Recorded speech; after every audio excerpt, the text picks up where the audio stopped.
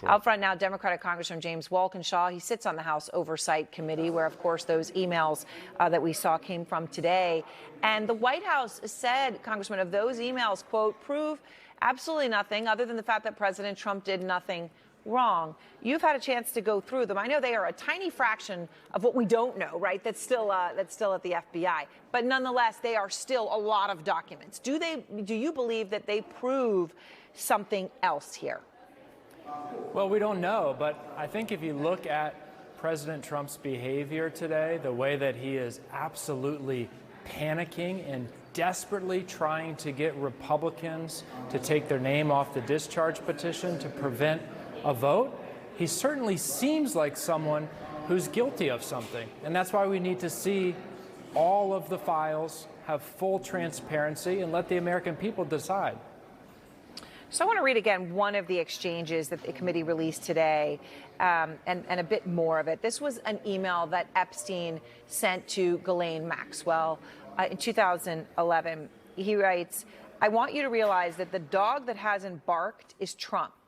Redacted, spent hours at my house with him. He has never once been mentioned. Police chief, etc. I'm 75% there." To which Maxwell responded, "I have been thinking about that." Now, for anyone watching, they want to know what is that redacted name? And just to be clear, we know in the broader Epstein files, there are many, many, many women, hundreds of women mentioned. But this particular woman, in this case, we understand to be Virginia Giuffre from Republicans on your committee. They're saying that's who it refers to.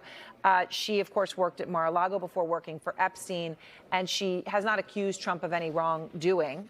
In her book, posthumously published a bit ago, she did not accuse him. Do you have a full understanding of the context of this email, Congressman?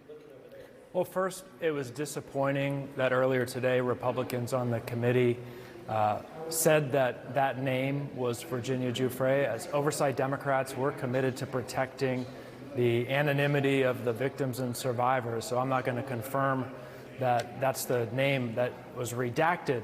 But look, the answer to your question is we don't know. But the other answer is that's why we need to release the files. And as soon as next week, it sounds like, every member of the House of Representatives will have to go on record and decide and vote whether they're going to assist Donald Trump in this cover-up.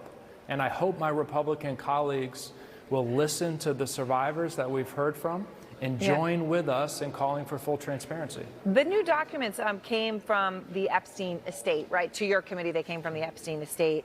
I know you had subpoenaed these documents back in August. You released these today, right? So obviously this is the middle of November. What's happening behind the scenes on your committee right now? Well, the documents that were released today were part of a tranche of documents that were received relatively recently. So the committee hasn't been in possession of these documents for a long time. And a large volume of documents comes in periodically from the estate, and staff, Republicans and Democrats, go through those documents, and that's the process that's playing out here. Look, this drip, drip, drip is really bad for Donald Trump. It would make a lot more sense for him to just say, let's release the full files and get it all out there and get it over with. Why doesn't he want to do that? What's in those files that he wants to allow this drip, drip, drip of bad news to continue? And that, of course, is the crucial question. Congressman, I appreciate your time. Thank you very much, obviously, on the Oversight Committee. And Ryan